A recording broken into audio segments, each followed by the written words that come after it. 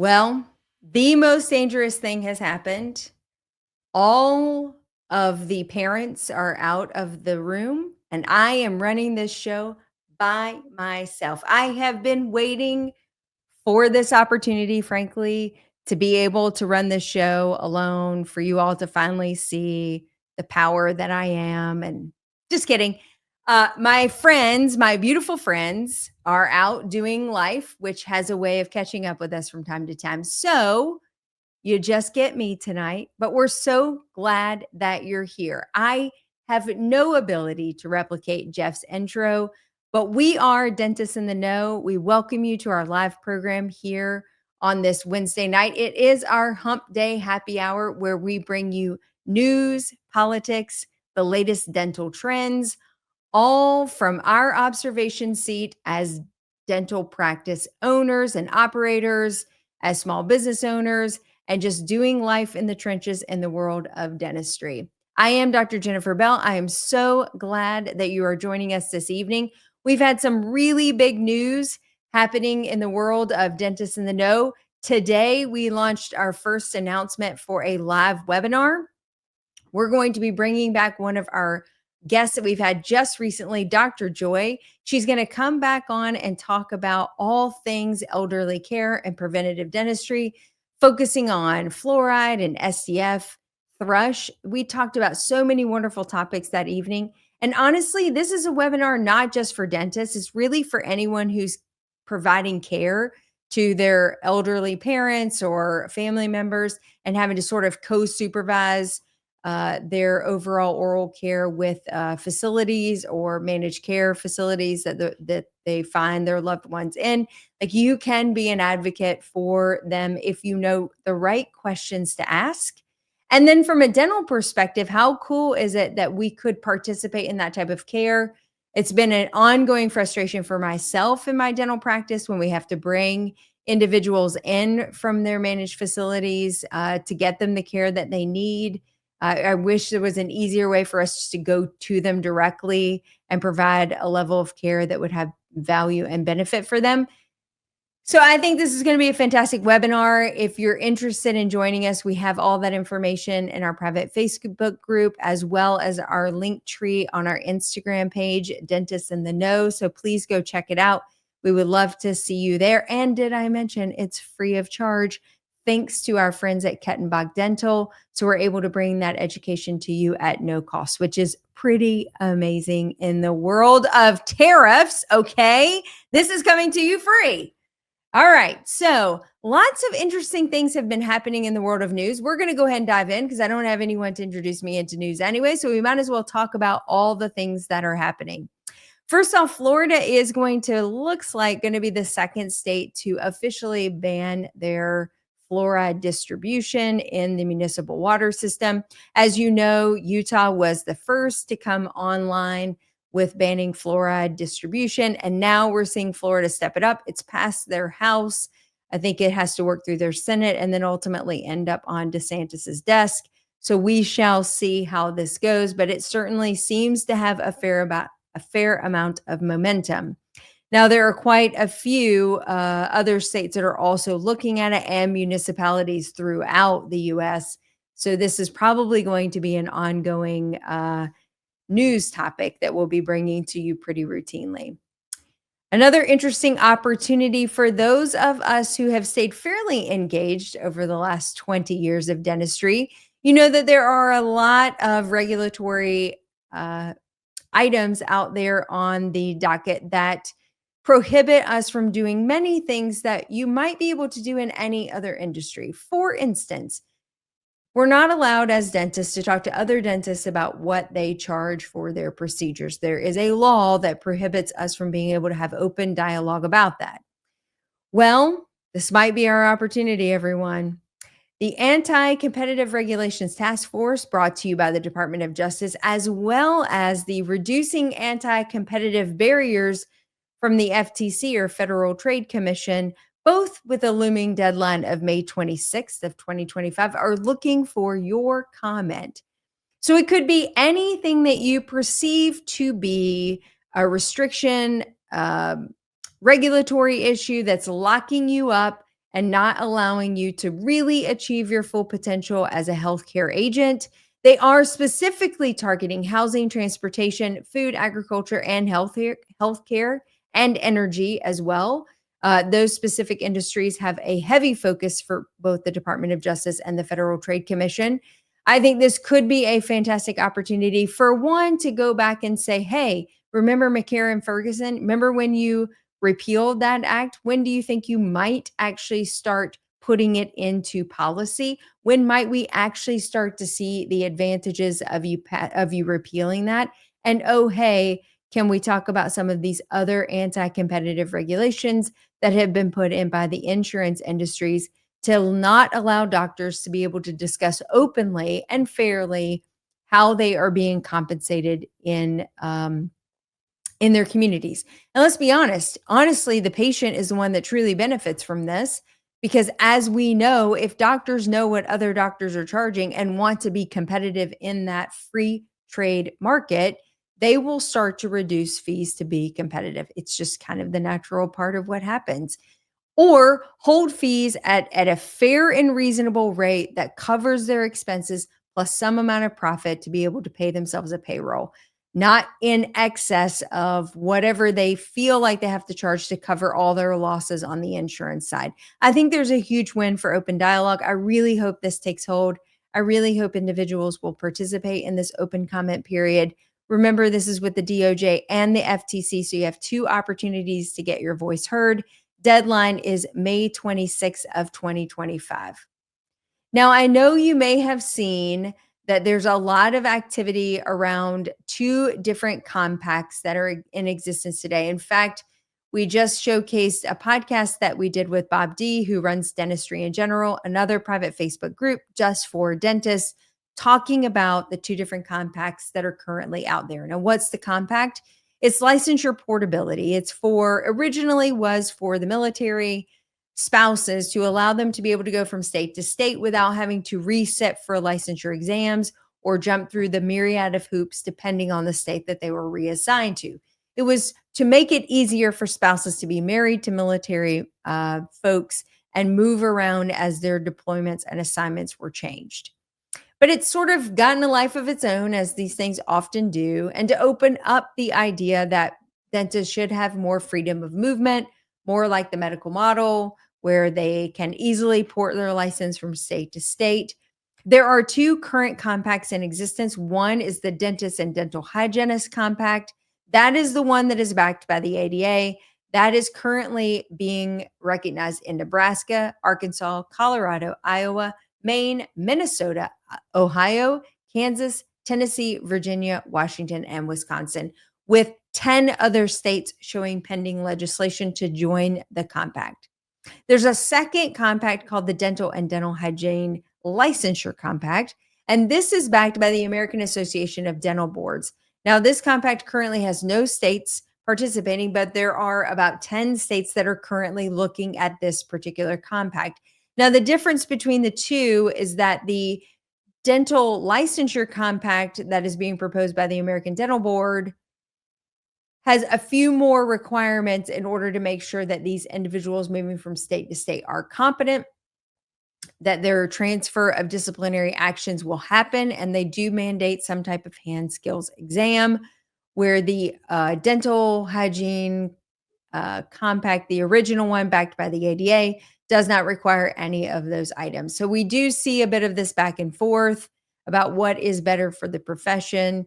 Bob D, I think, argues that the one backed by the ADA is much more attractive to DSOs because they can move doctors from state to state, especially on states where you might have a office right across state lines without having to go through the arduous task of relicensure. I think there's still a lot of debate here to be had, but clearly the one that is backed by the ADA seems to have the momentum and already has a significant number of states signing on, with many more looking at opportunities to put it into place. So we shall see.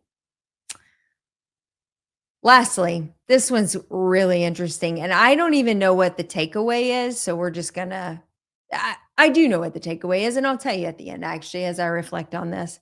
So a dental patient has now filed lawsuit against a team, the dentist, his team of people that were overseeing the care of the patient for a gouged tongue. Now, we don't know the extent. No pictures were posted, which would have been really helpful for those of us that are dental nerds that would love to see this gouged tongue and just how bad was it. But in California, you can get away with a lot more. And there are a lot more laws, we'll just say, that really do work to the advantage of the consumer. So, this individual, Mr. James Jordan, who's 73 at the time of the procedure, filed a lawsuit against the Superior Court in the Superior Court of California, Ventura County, against a clinic, an unnamed doctor, and the unnamed individuals who were helping assistants, I would assume. The charges are as follows: medical battery, elder abuse, patient abandonment, negligent hiring and supervision, and infliction of emotional distress. Now, Mr. Jordan came to the clinic seeking care for a severe jaw pain because of an eroded tooth. There were a bunch of allegations about wait times, etc. Went to have an examination by the doctor. The doctor diagnosed it, presented an option. There's no documentation of informed consent, so the treatment began. Whether there was informed consent or not, we don't know. And then alleged that the dental assistant mishandled a dental instrument and caused injury to the tongue. Now, the interesting thing that California is sort of allowing in some of their laws is this now qualifies as a medical battery that relates to unconsented touching that causes significant harm. So I don't know, like all I'm sitting there as a dentist, I'm putting myself in that situation, go, this really sucks. Like this snowballed out from underneath them. They probably were really genuinely trying to do a service for somebody who was probably in a lot of pain and it did not go well. And now there's like a myriad of regulations that are working in favor of the consumer as opposed to the dentist. I in this case, I just wish Godspeed for the dentist. I really hope that this works itself out because I don't believe the dentist meant harm to the patient. That's just me being totally unbiased. And I think in a highly regulatory state like California, this is the type of lawsuits that you have to be worried about. So Godspeed, Dr. Jane Doe. We're here praying for you. And with that, that's the news. Now, tonight, because I'm alone, I also get the privilege of bringing on our guest, which honestly is kind of a privilege. And I'm just going to bring him up because I want this to be a community event. But I had the fortunate experience of meeting Dr. Burton a few years ago through a mutual friend, Schmetty, Dr. Troy Schmetty, from California. So you probably should have weighed in on this. Him on the side, like, yeah, we should know about this gouged tongue. I think he should buyer beware on this one. And we struck up a fantastic conversation actually in the Align booth. And when you meet people who are kind of kindred spirits, a healthy curiosity, a constant pursuit for wanting to be a better version of themselves and also have work that they enjoy on a daily basis, which I think you pick up on people that are like, I'm trying to solve problems in my practice. I'm using technology, or I'm, in this case, inventing things that are going to make my life easier. And it's been a fast friendship since then and super easy.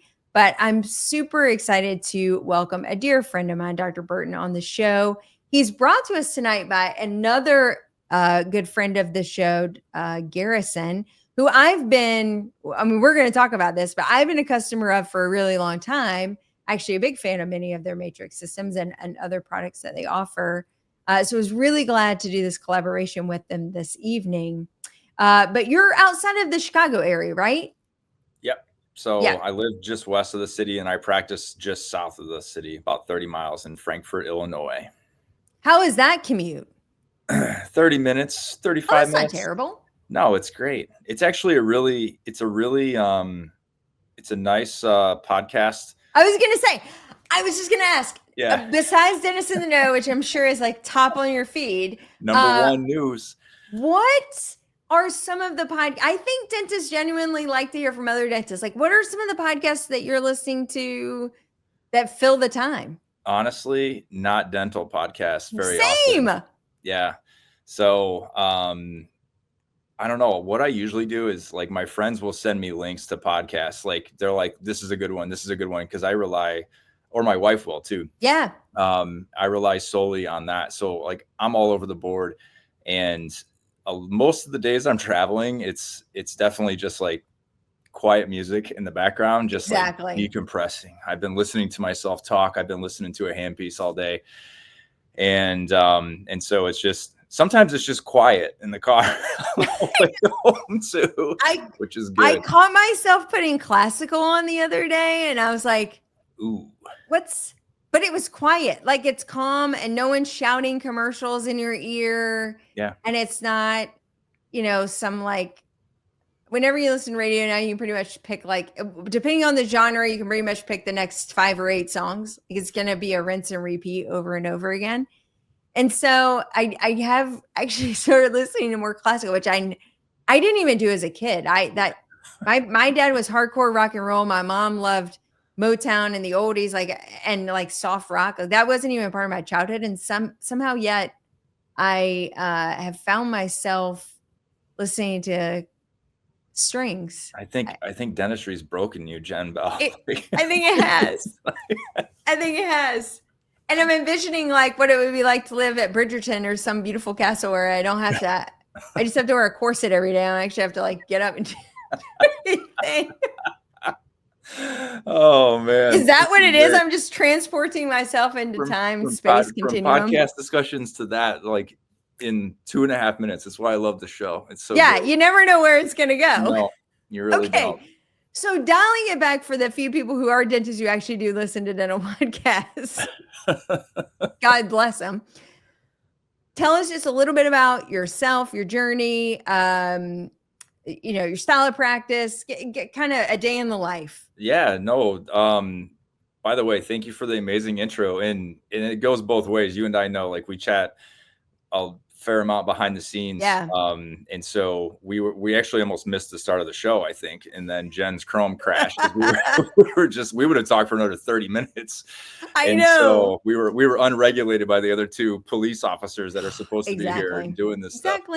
And so no, it was a very organic relationship, and just 2 people finding each other out in the world of dentistry. And that's been one of the most exciting things that has happened to me in the last 5 years is the dental education platform, getting involved in continuing education courses and starting to teach, because it was a lonely profession for a while, right? I was a pretty busy guy taking over a busy practice, and I didn't have a lot of involvement in study clubs, local study clubs. There was a few, but I was busy. I was having kids, and I lived 30 minutes away, and my wife was busy too. And so it was to the office back, and then got involved in this, and then met Schmedding right off the bat through one of the ADA individuals who were nice enough to give me my first try at this at SmileCon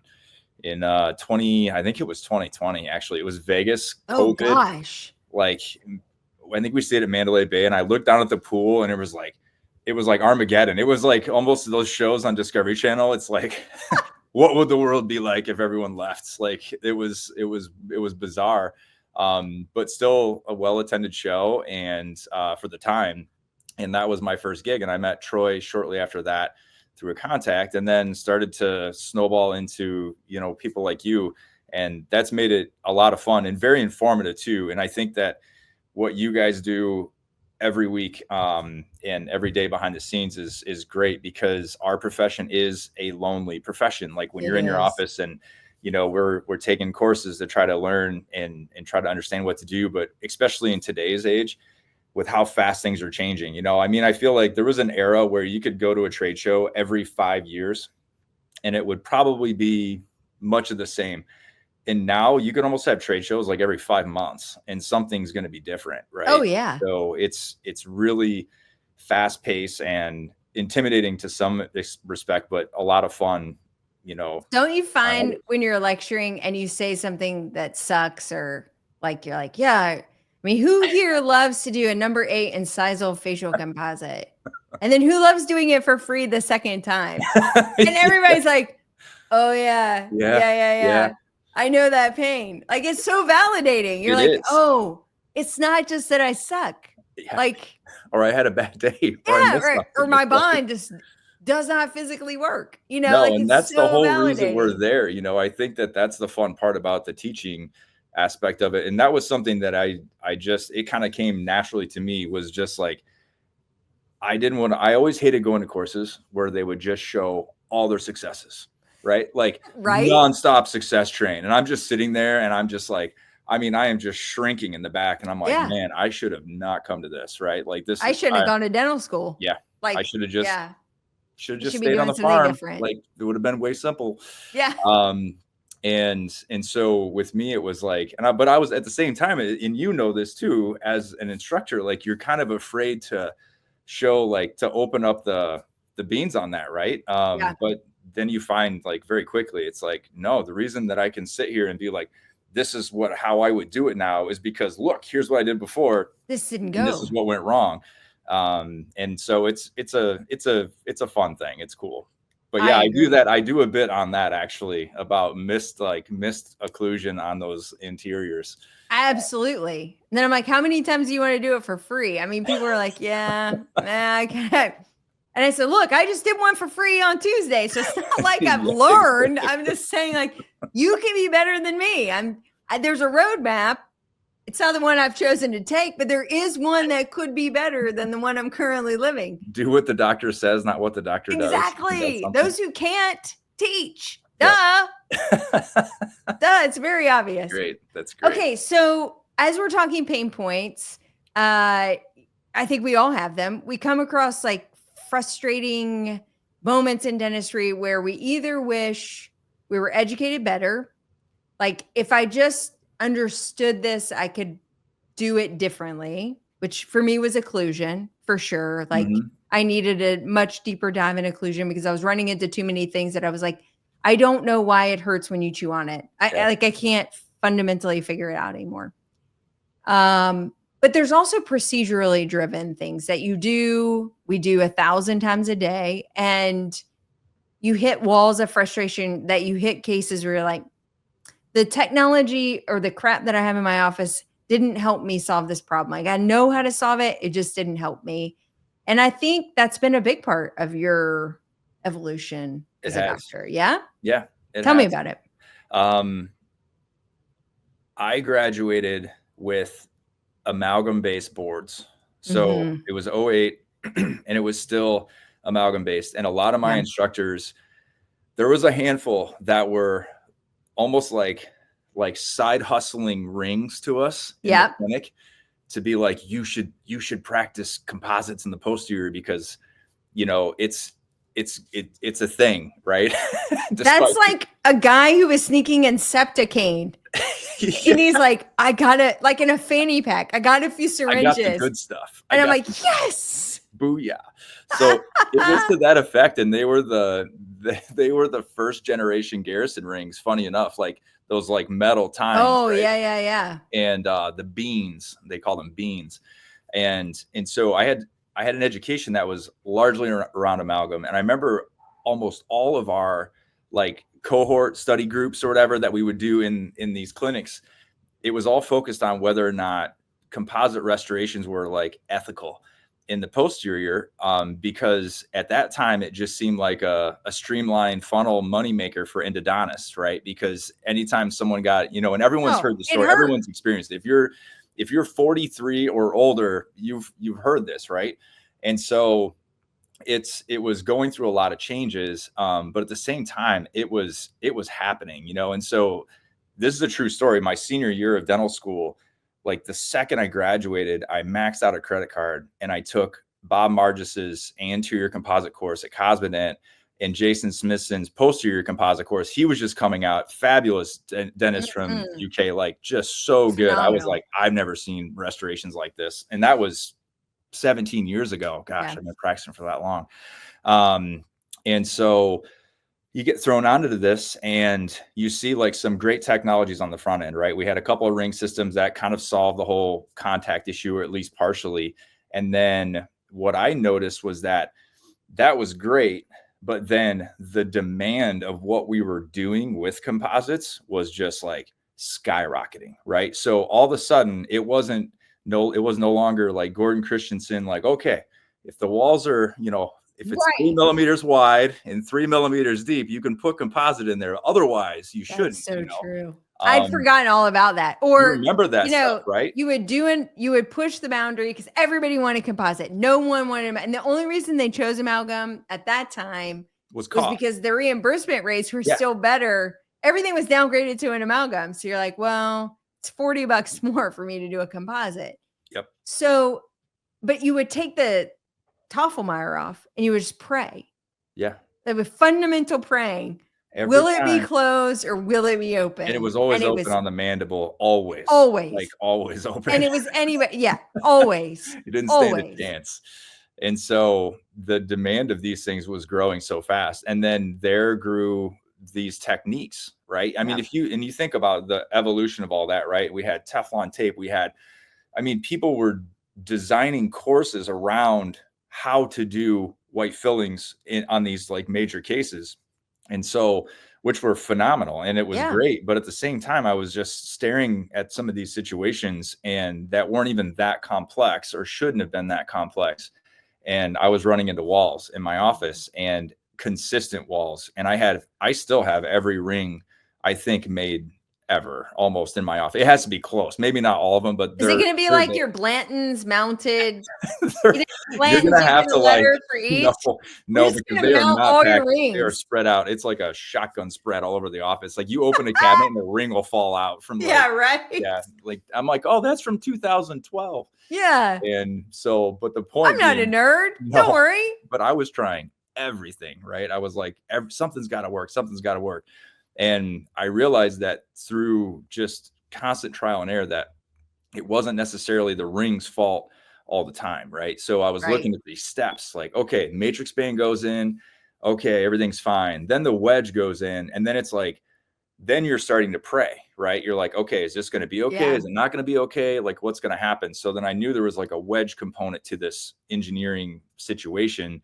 And so that's when I came up with the quad wedge is what it's called now. But a wedge that splits.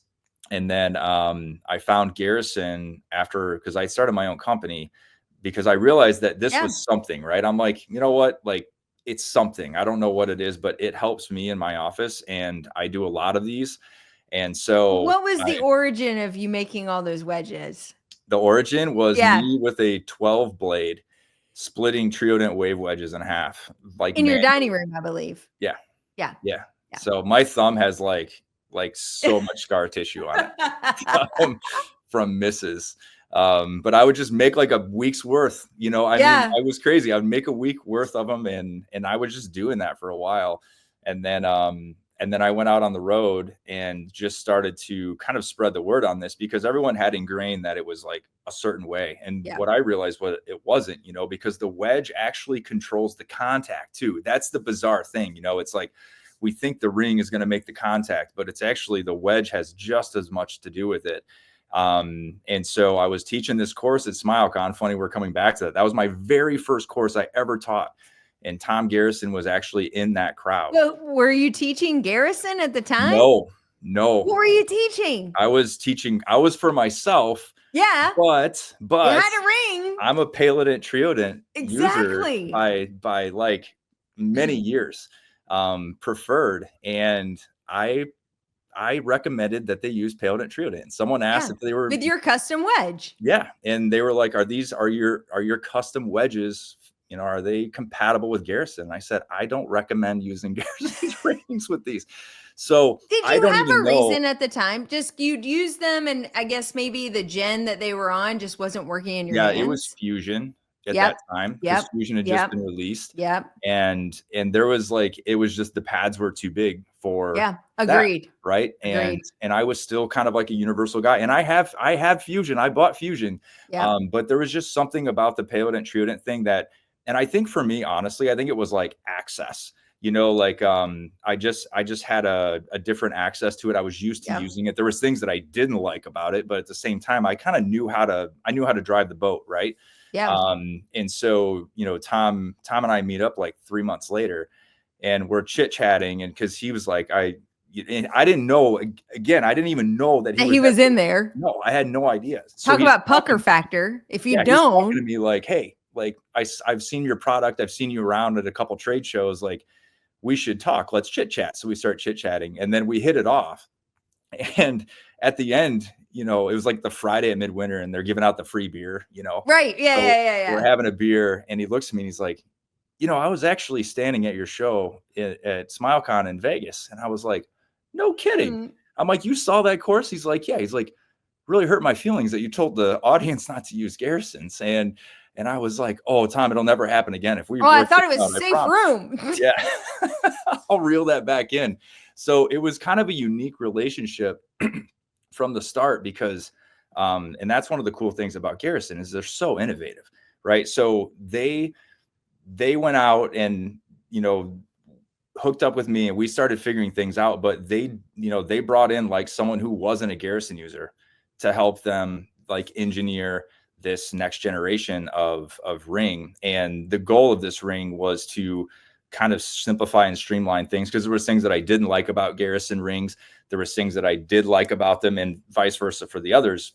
And so it was easy for me to walk into these meetings and knowing that they all knew that ahead of time. So it was just a very honest and organic conversation from the beginning of design features and all of these things, where it's like, okay, there's no hard feelings here. We're just after finding a mesh of the very best of what we've learned. And so it's funny, if you look at the quad ring, and there was a video about this because they were like interviewing me for some things when we first started developing this. And I was, in one of my original pitches to them was like, it's kind of a combination of your generation 10 ring, which was the strategy, the most recent one. Yeah. And then Gen 1, which was just that straight up and down metal bar.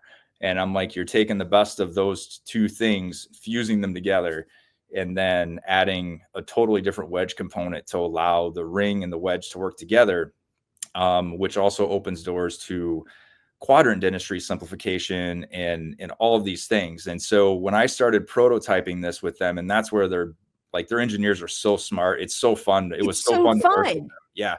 It was really cool because I would just throw this problem at them and I'm like, I'm going to have to give them a solution. And then like 24 hours later, I'm like, I would have never thought of that. Like, No. wow, that's crazy. So we were 3D printing these like prototype pads and they were assembling certain things. I mean, just like with incredible detail of a 3D printed prototype.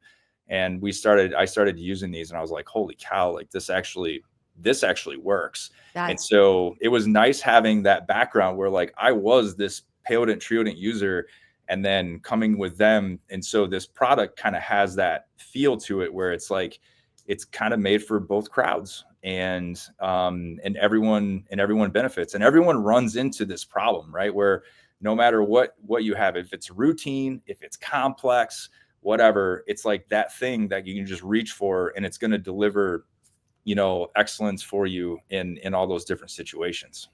Well, and I love it's developed by a dentist. Like I a couple of things that you've said have really struck me and I think deserve a little highlight. Number one, it's incredibly rewarding to work with companies who are okay taking chances on people who don't fit their bucket. Yep. And who actually challenge their status quo. And I find that with Align, actually, I don't fit their bucket in a lot of ways. And yet they keep re-engaging. And I think it's because they really want to understand the average general doctor out there working really hard and what may be challenges in their system. So I applaud them for that. And I think Garrison is also that type of company to take a chance on somebody who said, look, I'm not in your ecosystem. Like I'm not, if you want somebody who's just going to get up here and glad hand, like it's not going to be me. But I think at the end of the day, the product will be better for kind of pushing the envelope and not just telling you what you want to hear, but like, how's it really working in the trenches? Yep. Two, that a doctor finds a problem and then pushes for solutions because only we truly understand. And so many companies create innovations, and I've sat through many meetings where they're like, tell us what you think. And I'm like, I don't know what problem you've just solved for me. I don't actually have this problem. Like, you've just spent an inordinate amount of money, and that's not a problem I even feel like I have. Yep. And so maybe you'll find someone who cares, but it's not going to be me. Sorry. And that And was, so, but like, that was dentistry for a while. That's a lot of yes, products. you're like, great. I'm glad you came out with that. I don't know what to do with it. So Yep. appreciate it. Or like, there's been amazing things that come out, and then there's other stuff that it either wasn't ready, or actually you could tell had never really been in the hands of anybody who had actually done a dental procedure Mhm. before.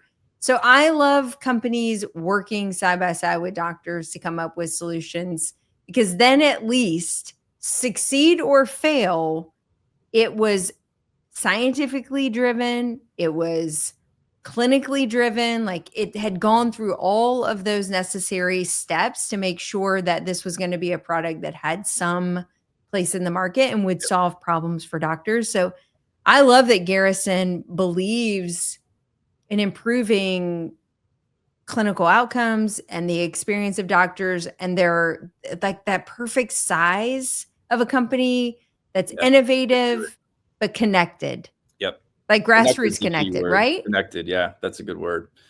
And they are, and they want innovation so bad. And the Yeah. really interesting thing is, I'll give you guys like a little sneak peek into how, Ooh. how intense that is that, we're standing there, we're talking about all these things, right? And I threw out this idea at the beginning, and I said, this is the first system, the quad matrix system will be the first system that will allow you to do simultaneous back-to-back restorations consistently. And they looked at me and they're like, oh, that's so cool, but you got to prove it, And so we went through this, and if they were going to make such a bold statement, it went through a ton of testing, like a couple hundred doctors at the beginning, like 2,500 some restorations over a 12-week period. Like almost 1,000 of them, I think, were back-to-backs, maybe 800, but it was like gauntlet. We asked direct questions. We encouraged this type of use of it. We're like, Yeah. go off trail with it. Yeah. Like, just throw it in there and go. And when I was testing it too, I remember trying, because I was nervous. I was like, oh, I hope this thing works, right? But I would try to simulate like just less than ideal accesses, right? Which we all run into all the time. But you got to think about what some people are working with, right? Like, not everyone has a headlamp. Not everyone has great vision. Not everyone has a really good assistant that's going to like get them ready, right? Great So point.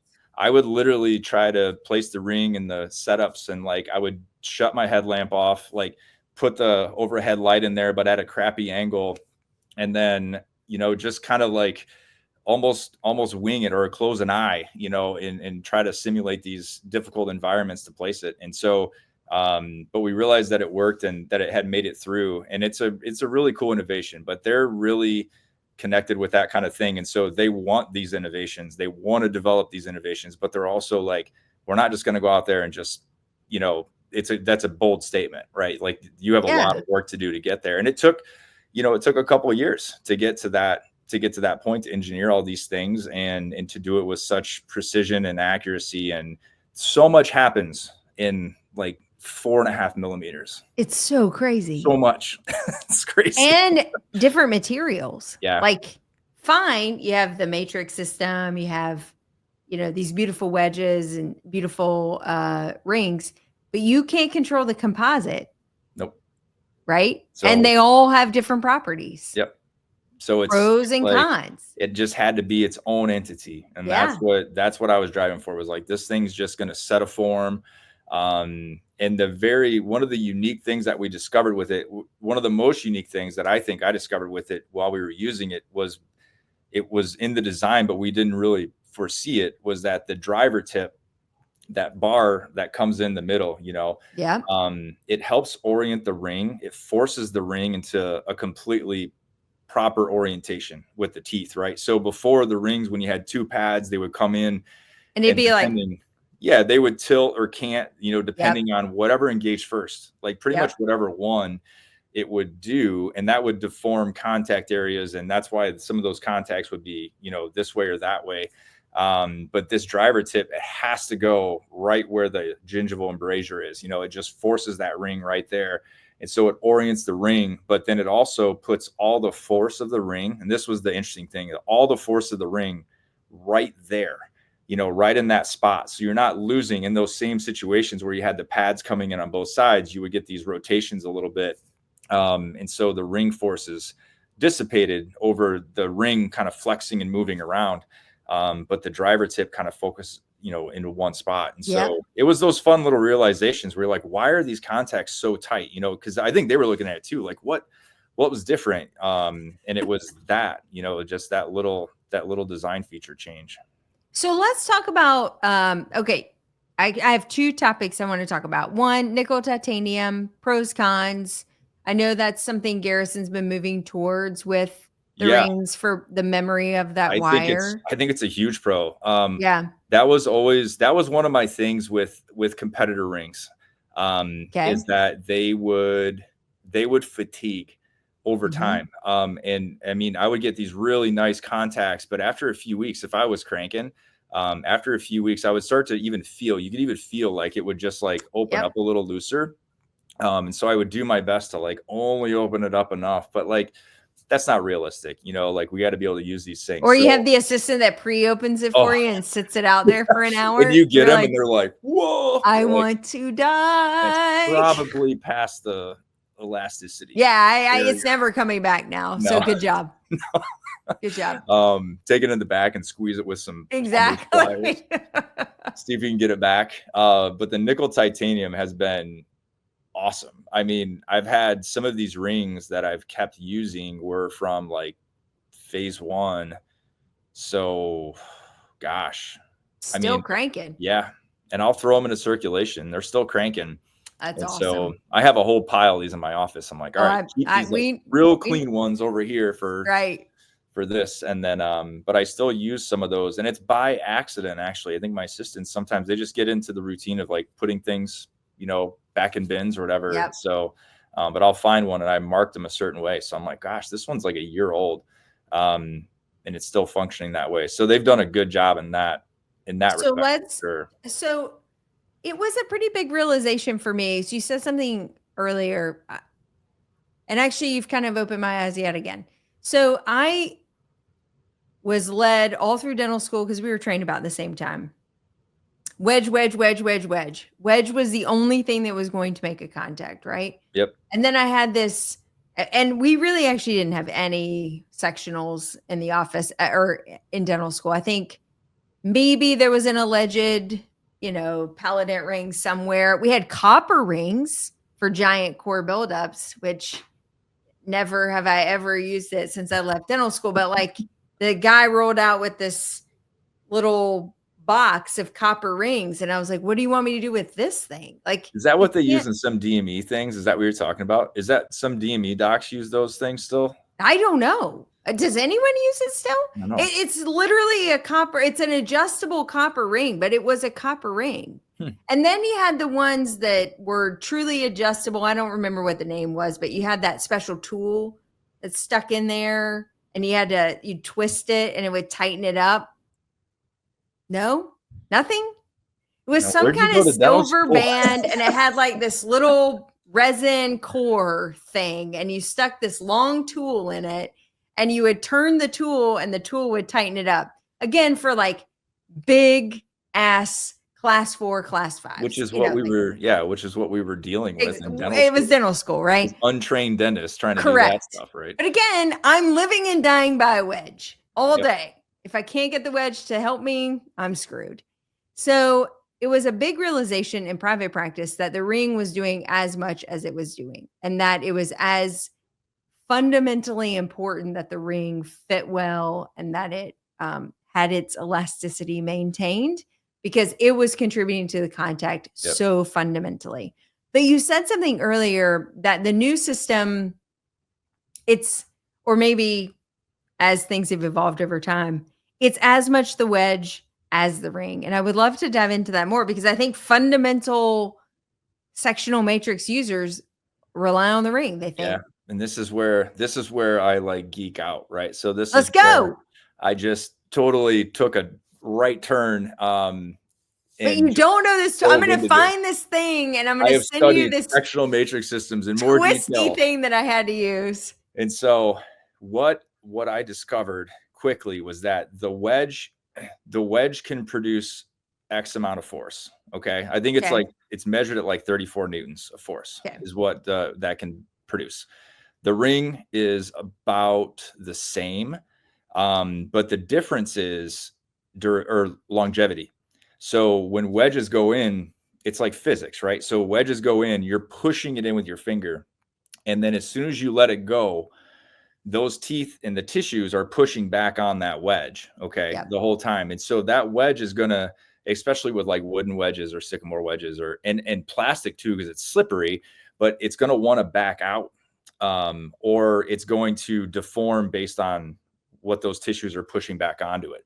And so as far as force application goes, that's number one. But number two, and this is more important than that, because you could argue, well, how much force you can get from a wedge and separation. It's like in the right situation, you can get a ton, right? Like sometimes you don't need a ring, but those times aren't that often. Is that when you start to wedge that hard, if you don't have a preparation, if you're looking at two teeth coming together and my nose is the gingiva, right? And if you have box here and box levels here where you have room for your wedge to sit where my nose is, you're great. You can push it as hard as you want. One of them drops down here and then you start wedging, then the harder you push, it's just pushing your matrix band in. And so I was figuring out that, well, the harder I push this wedge in, then, and here's a perfect example, Jen. So you've been in this situation where like you have a pretty deep molar box, but it still looks like you're like, all right, we got this. And your hygienist is like, I'm ready for a check. You're like, great, I'll be there in 5 minutes. You put your matrix band in and then you wedge and then you look, right? You look down and your contact is wide open, right? You're like, well, the ring's going to fix that. So then you put the ring on it and then you restore and then you take it off and you're waiting for that moment where you pop the matrix band free and it just like comes right out. When you take the ring off and the sectional comes with it, yeah, you're toast. Like, you see it like, you're like, you're like, no, I didn't get it. Yeah, and that was a perfect example of where like the wedge was pushing, it's actually deforming the contact area. And so then I took it a step further. So that was kind of my thing for a little while. And I'm like, it's doing that. And then what I really started to realize was that something that we ignore completely is contour of these restorations interproximally. And by completely, I mean, we rely on our sectional matrix bands to form this for us. Okay. So we say, okay, I have a pre-contoured matrix band. I'm going to put that thing in there. That means my filling is going to be curved just like the metal band, but these metal bands are made out of stainless steel. Yeah. And they're moldable. They're bendable. So the second you start putting forces on these things, they are going to change shape. And so we have to be aware of what kind of forces we're putting on these things and where we're putting these forces on these things, because whatever shape our matrix band is, that's our filling. It's not like the amalgam days where you could pack that thing to success, right? I mean, you could push and make it yours. But with this, it's not the case. And so then I started to realize, okay, contour is king to getting a contact area. And if you really focus on contour, then you will get a contact.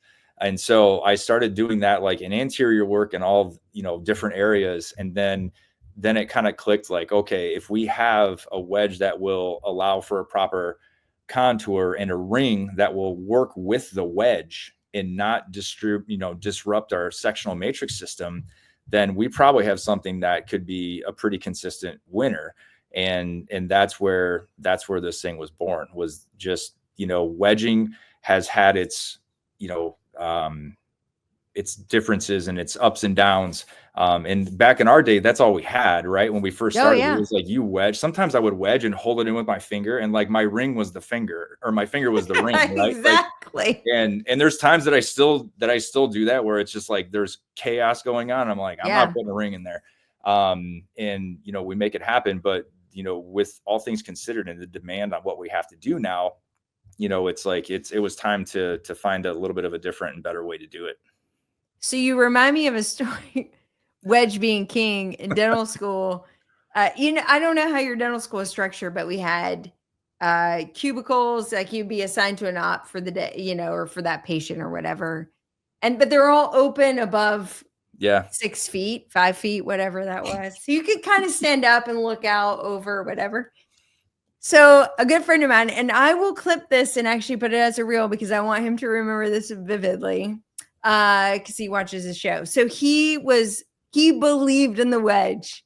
Like he believed fundamentally in the physics of the wedge. And we all were entrenched in the concept that you have to like really shove that wedge in to get that contact. And so all of a sudden I hear, ah! Like screams from his operatory. He had clocked a 90-year-old woman in the face from pushing so hard on the wedge to get that contact that he like slipped and it just went and clocked her right across the chin and she screamed out. And I thought, as you were telling the story, I was like, no, we lived and died by that wedge. Like it was so entrenched. That's he amazing. beat an elderly woman to get that contact. But I guarantee you, to this day, if it's still in, and since we were dental students, it may not be, but let's just hypothetically say no pork, no chicken is getting stuck in there. Yes. None. Not one. Nothing's getting stuck in there. Nothing. No, you can't even floss that thing. But anyway, it's fine. All those things are really good. When you were in dental school, did you think that you would be so obsessed with class 2s? Because I think most of us hate them. No. So. Yeah, I think that what drove me to it, and it's kind of funny. Like I was thinking about this the other day too, because everyone's hearing the word recession, right? Yeah, like, it's going to happen. Well, of course it's going to happen eventually. Like it's the way it goes. But I bought my practice in a recession, and it was, but I didn't care. I was getting out of dental school. I had $17 in my checking account. I'm like, whatever. What do I got to lose? Right? Let's go. And literally only $17. Yeah, that's all I have to lose. I went to one ATM and it was like, sorry, bud. You can't, like, we only offer 20. So I was like, oh, that's when I knew my wife was a keeper. Yeah. Right. At the time, she helped me out. Yeah. And so, but I bought it in a recession and you don't know, I wasn't paying attention then. I was just trying to make things work. I was trying to get better and trying to manage staff for the first time. And, there's a lot of trying at the beginning. Yeah. And, but I look back at what I was doing and a lot of what I was doing was direct restorative, right? Like a lot. Absolutely. And so it's just one of those fundamental things where it's kind of funny where if you look at your office and you're thinking like recession resiliency, and it's like, it's just to be recession resilient. I don't believe in proof because there's no such thing really. Nope. But to be resilient, you have to be fundamentally involved with dentistry, and direct composites are it, people are always going to have cavities. They're always going to break teeth. How they fix those teeth and whether they fix the other 5 next to them, that's going to come and go. Yeah. But, those types of things were always there. And so my early dental career was learning by fire and jumping on like Dental Town when it was a baby and, learning from like John Kanka's Apex Solutions forum. Cause he had the least sensitive bonding agent at the time. And I was like, well, I'm really dumb and inexperienced. So I need like something that's like basically dummy proof. So I used that for a while and you're just learning from all these people, but it was a ton of directs. And that's where I got so involved in it. And then I started to build confidence. And then that's when I started to realize these run-ins. And then as I was gaining speed in other areas, then I was like, well, I can do a crown prep faster than I can do this. And I'm like, that's a problem. And so then I started to rethink things a little bit. And that's where we are today. If doctors are curious, like I'm sure there are plenty of people who watch the show who are like, yeah, I have a pain point and I've been thinking about ways to solve it. Is there any advice other than, cutting their thumb every Sunday to get ready for the work week, making wedges? And not that you don't have to put the sweat equity in. Like, here's a funny story. So Chad and I were lecturing at Howard Glazer's event a couple weeks ago. And, he invented the Optra pad I think an Optra Sculpt. which is the Ivoclar has that instrument that has these Yeah. That thing, he invented that. the white pad thing. Yeah, Yeah. a dentist, obviously. And I was like, "Wow, how'd you come up with it?" Just, like, inquisitive, and again, pain point. I got annoyed, blah, blah, blah, blah. "Why can't we use this?" Blah, blah, blah, blah, blah. And so eventually he sold the right or, patented it through Ivoclar because you Mhm. need a manufacturer, somebody who can make the material science, chemical science that can engineer and do the Sure. things you want to do. Like, it may be too soon in your journey, but any advice or any thoughts about young budding engineers out there who are trying to solve problems clinically for themselves? If you're trying to do that, you're in the right profession. Yeah. What I would say at this point. I think that, I think dentistry's it's kind of what it is and how it's be careful how I say this. What it actually is versus how it's kind of, Become? demonstrated to us in dental school Yeah. Yep. is so different and disconnected. And I think that part of that is that what you have to be is completely and constantly evolving Yeah. every day as a practitioner. And in your early days, take bite wings of restorations to check your techniques. I did that for a couple of years when I was trying new materials or whatever. Like, don't wait 6 months to find out if what you've been doing for 6 months is not working. Right. So if you're making changes, which is great, you should, and grab new innovative products and find those things. Then just check yourself. But if you're thinking about that in that way, then you're in the right profession. Now, getting into the whole product development thing, it's quite a journey. It is not easy. It is thousands of hours of work, and all you Money. see on Shark Tank is the last 40 seconds of its life Right. before it gets shot to the moon. And so there's a lot that goes into it. But one thing I would say for pain points is find companies, find products that are solutions for things. Don't be afraid of innovation. I was kind of taught in dental school to be leery of innovation, because tried and true, Kerr impression material will always do it. And you had to peel me off that when I got my iTero. Like, I was like, I don't know if this thing is actually going to do it right. How can it be so Yeah. good? But it was, and I've never looked back. So there's these innovations that are out there, and you have to arm yourself with things that are made to make you better and enhance what you do, and take your focus off of this wide of a bandwidth of what could go wrong and narrow it down to an area that's like this big. And then all of a sudden the minor details just start to fall in place. You start to waste less time. You're way more efficient, Mhm. more confident. Everything looks a little bit better. And then you start to, you use these tools to let you get better and grow, because there's a lot of things that can go wrong. I tell patients when they're like, that was easy, I was like, you realize 150 things could have gone wrong in the last 30 minutes. Like, And I've got a bazillion dollars and so much education in this moment to be yeah, able to sit here and do yes. this in 5 To hear minutes. you say that. Thank Yeah, you. in 5 minutes. Frankly, I'm impressed myself. Yeah, I'm going to that's the get thing. It's I'm like going to get a usually we're cocktail now. more I have to impressed, go. and sometimes I say that I'm like, wow, that went really well. Like, that was good. Yeah, And they're I like, you usually didn't think tell it them, I'm was? like, Like, "I should no, just go home now. yeah, Just stop." let's call it Ended at a win. early lunch. Last, question. Will we be solving the class 3 dilemma anytime soon? Maybe, Mm, maybe. I suspected as much. It comes after two. It So does come after 2, but moving up before the ladder. 4. Yeah, yeah. Hmm. I would love that. I think there's a lot of opportunity there as well. You know what I use for I those? M200 matrix bands, Garrison's M200s. Those, I use them, yeah, I use those too. That's what I use for those, and but just they're stand them still on there. challenging, like a lot. They're challenging. They're Yeah. really challenging. They're more challenging than they should be. Agreed. But Mylars is kind of like, well, Mylar sucks. This kind of sucks. Like, which suck do I want to currently participate Or in? do you just watch it? I no comment. I'm just kidding. We had used Mylars on the board. Like, that was Oh, I so fun. know. It was rough. Brutal. Yeah. Brutal. Oh, I only had a Toffelmeyer on boards. Yeah. It was roulette. Like board day was roulette. It was like, Oh. I don't know what's going to And happen. we had patients going back who get checked and then come back and say, well, it's $250 to fill it. You're like, huh. Well, $250 it is then, because like they were talking back there. They were like, you know, one patient would see another patient and be like, how much are you getting paid to be here? And they're like, $500. And he's like, oh, I'm only being paid 200.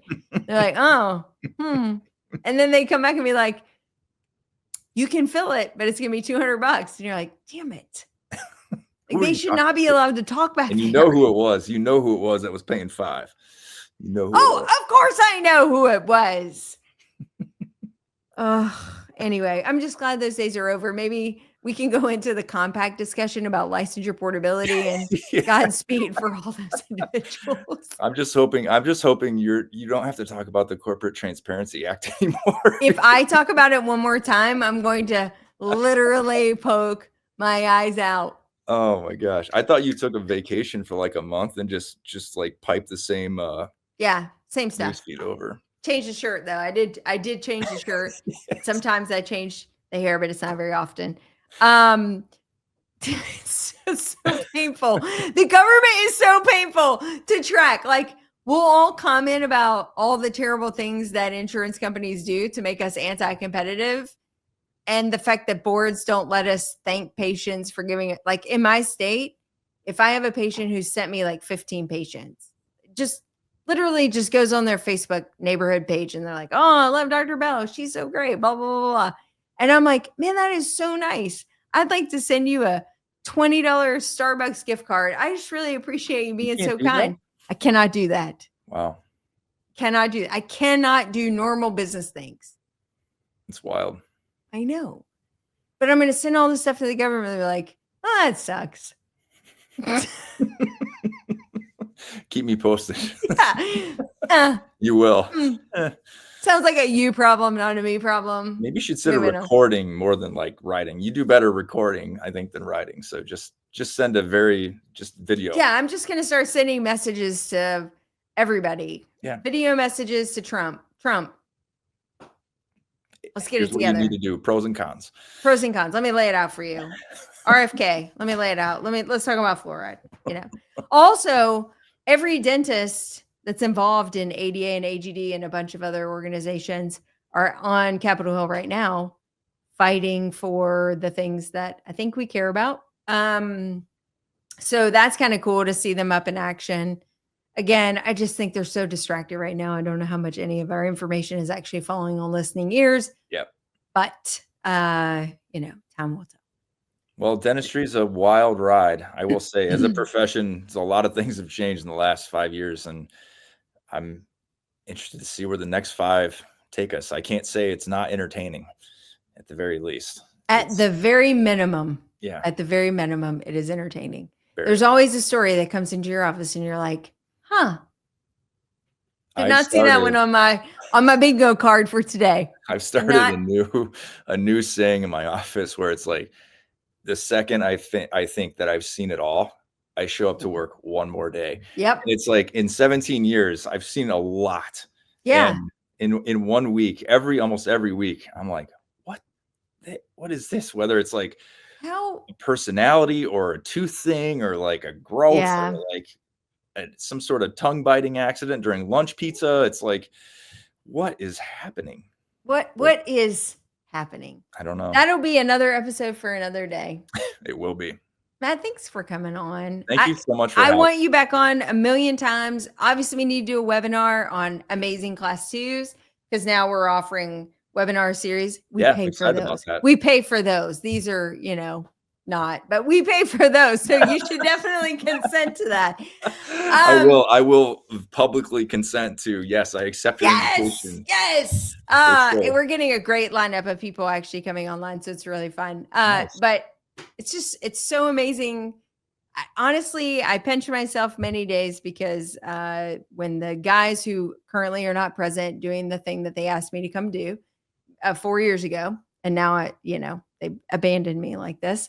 I I had no idea the amazing, cool people that were gonna be waiting in my path that I was gonna run into and meet from all over the world, but, particularly in our sphere, and, I continue to be humbled and enthusiastic and rejuvenated to show up and do dentistry another day because, there's amazing people out there trying to make it better, so Ditto. thank you. Thank you. Thank you so much for coming on. Thanks. We're wrapping it up for another fantastic episode. If you hate class twos, no more. No more. Garrison has the solutions for you. We're going to have an amazing dinky deal for you tomorrow. We're going to post that on our site so that you too can experience the joy of the quad matrix system. And with that, we'll wrap it up. Have a great night. Thanks, Jen. And that wraps up another podcast for Dentists in the Know. On behalf of Dr. Jennifer Bell, Dr. Chad Duplantis, and myself, remember that we've got a great profession, so let's make it a great day, Dinks.